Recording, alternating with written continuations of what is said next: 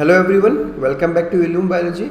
Now, starting with this video, I am starting a series on carbohydrates. So this is the first part of carbohydrates, wherein I am discussing about the introduction. What are carbohydrates? What are they made up of? See, the word is carbohydrate. First of all, let's split this word. Carbo word means carbon and hydrates mean water. That means carbohydrates are those compounds which are basically made up of carbon, hydrogen and oxygen. So they are better called as hydrates of carbon. It is not necessary that all carbohydrates contain only carbon, hydrogen and oxygen. Some carbohydrates like chitin also contain nitrogen. But carbon, hydrogen and oxygen are the basic elements that make up carbohydrates.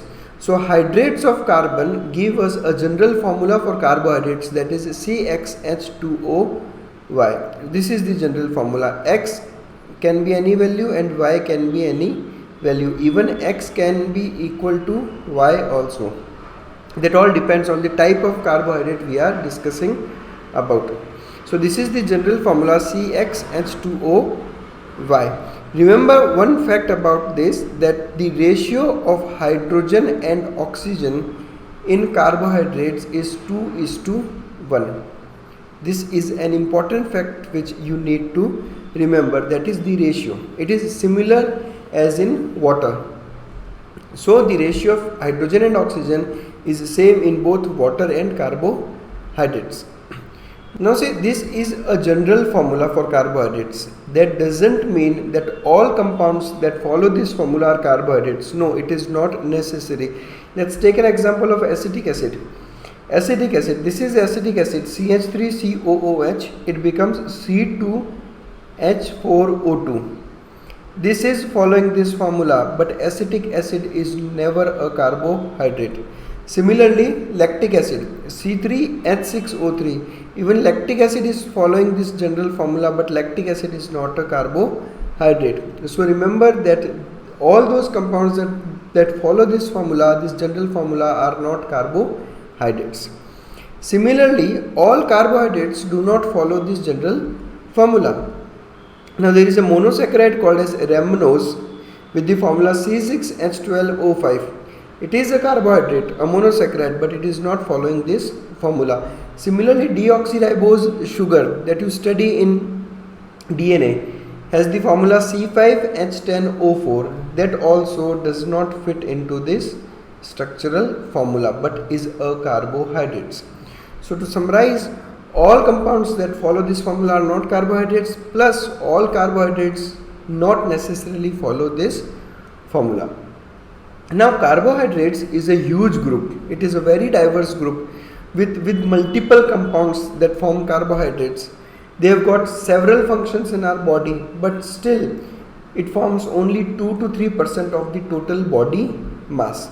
I'll take examples of many carbohydrates, their functions, structures in detail in the upcoming videos. Now let's discuss about the chemistry of carbohydrates, what basically carbohydrates are made up of. So now to define this we can state that carbohydrates are optically active polyhydroxyaldehydes or ketones, or the compounds that produce such units on hydrolysis. I'll discuss about this definition. See, first of all, these are optically active. Optically active means they show optical isomerism. Now what is optical isomerism, and which monosaccharides or carbohydrates show this optical isomerism, and how this optical isomerism is leading to the formation of multiple different monosaccharides. All these things will be discussed later on in the videos, but remember, the carbohydrates which are polyhydroxyaldehydes or ketones are optically active. Now polyhydroxy, this word suggests that there are that means multiple hydroxy, that is OH groups present in carbohydrates. Let's take a look at the structural formula for the glucose. This is the formula for glucose, and glucose contain 1, 2, 3, 4, 5 hydroxyl groups. that is polyhydroxy, plus on the very first carbon an aldehyde group. This is aldehyde. That's why it is said that carbohydrates are optically active polyhydroxyaldehyde. Polyhydroxyaldehyde. So glucose is a polyhydroxyaldehyde. Similarly, let's have a look on the structure of fructose. This is a fructose, again a monosaccharide, a carbohydrate. In this case, there is 1, 2, 3, 4, 5. Again 5 hydroxyl groups. And the second carbon represents the functional ketonic group, ketone group. So that becomes a polyhydroxyketone. So fructose is a polyhydroxyketone and glucose is a polyhydroxyaldehydes. So basically all carbohydrates are polyhydroxyaldehydes or ketones. Or carbohydrates are those compounds that produce such units on hydrolysis, that is when they undergo hydrolysis they produce polyhydroxyaldehydes or ketones. Let's take an example of starch. Now what is starch? Starch is a product, it is a homopolymer of glucose. That means when multiple glucose units are combined together by a chemical reaction, it forms starch. So whenever starch undergoes hydrolysis, it will produce different glucose units, multiple glucose units. So that's why we have defined carbohydrates as the compounds which produce such units. Such means polyhydroxyaldehydes or ketonic units on hydrolysis. So that's how carbohydrates are always defined. Now let's look at a simple classification of carbohydrates. Before proceeding further, I'll tell you about a Greek word called as saccharon, which means sugar. We are using the word saccharides. The saccharide word has been taken from a Greek word saccharon, which means sugar. But what are sugars? The first question is, what are sugars? How do you define them? So sugars are basically those carbohydrates that are sweet in taste and are water soluble.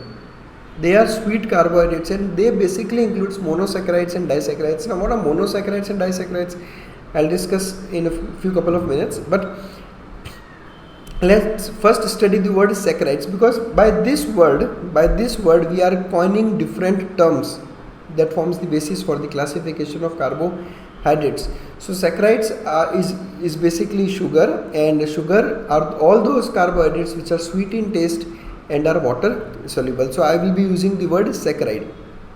Now what is the basis for the classification? The basis is their behavior on hydrolysis. How do different carbohydrates behave on hydrolysis? That forms the main basis for their classification. I'll tell you how. The first type of carbohydrate is monosaccharide. Now that the word clearly means mono. Mono word means single, one, and saccharide is sugar. That clearly means that these compounds are made up of a single unit of sugar or saccharide. They are made up of a single unit of sugar, and this is the smallest unit of any carbohydrate. Plus these are the basic units of all carbohydrates, and these units when polymerizes they produce different kinds of carbohydrates. So monosaccharides are the simplest unit of carbohydrates and they cannot be further hydrolyzed. See, I told you the main basis of the classification is the behavior on hydrolysis. So monosaccharide cannot be hydrolyzed further into simpler units because these are the monomeric units for any carbohydrates, and they when perform polymerization they produce different kinds of carbohydrates. Now around 20 different kinds of monosaccharides are known to occur in nature. Some are synthetic also, but here is a list of the important monosaccharides that we should know about, and I'll discuss monosaccharides in further details in the upcoming videos. Remember, glucose, fructose, galactose, ribose, deoxyribose. Ribose, as you all know, is the main sugar in RNA. Deoxyribose is the sugar present in DNA. You must have heard about glyceraldehyde and dihydroxyacetone that you study in glycolysis. then erythrose, erythrulose, arabinose, xylose, mannose, ribulose, pseudoheptulose, xylulose, all these are different kinds of monosaccharides that we should know about. The second is oligosaccharides. Now oligo, this word oligo means few. Saccharides, that means these are made up of few units of saccharides. See, when these saccharides units, monosaccharides, they undergo polymerization, they produce oligosaccharides. Now they are made up of few units of saccharides, but how to define this few? There is a clear cut demarcation that oligosaccharides contains 2 to 10 monosaccharide units. That means when they are hydrolyzed, they produce 2 to 10 different monosaccharide units. Or you can say that these are made up of by the polymerization of 2 to 10 different units of monosaccharides. Now depending on the number of monosaccharide units that they contain, oligosaccharides can be of different types like disaccharides. Now di means 2. That clearly indicates that disaccharides are made up of 2 monosaccharides. That is, when disaccharides are hydrolyzed, they produce 2 monosaccharides. Now these are 3 basic examples of disaccharides. The first one is maltose. Maltose is a disaccharide, that means it is produced by 2 monosaccharides. That means when glucose combines with another glucose, it produces maltose. When glucose combines with fructose, it produces sucrose. And when glucose is polymerized with galactose, it produces lactose. So all these are basic examples of disaccharides. The second one is trisaccharides. Now tri means 3. That means these are made up of 3 saccharide units. They will produce 3 different saccharide, 3 monosaccharides on hydrolysis. Similarly, tetrasaccharides contain 4 monosaccharides, pentasaccharides, hexasaccharides, and so on. But remember, all these comes under the main heading, that is oligosaccharides, that is 2 to 10 monosaccharide units. Now when more than 10 monosaccharide units are produced on hydrolysis, then we call those compounds as polysaccharides. Poly means many. Poly means many. So they are made up of many, that is more than 10 monosaccharides units, and when they are hydrolyzed, they will produce more than 10 monosaccharide units. These are the basic examples. Remember, I will have a detailed discussion on monosaccharides, oligosaccharides, polysaccharides in our upcoming videos. This is just an introduction for carbohydrates. Now starch is a polysaccharide of glucose. Again, cellulose, glycogen, all these are polysaccharides of glucose. They are produced by the polymerization of glucose. Inulin is a polysaccharide that is produced by the polymerization of fructose.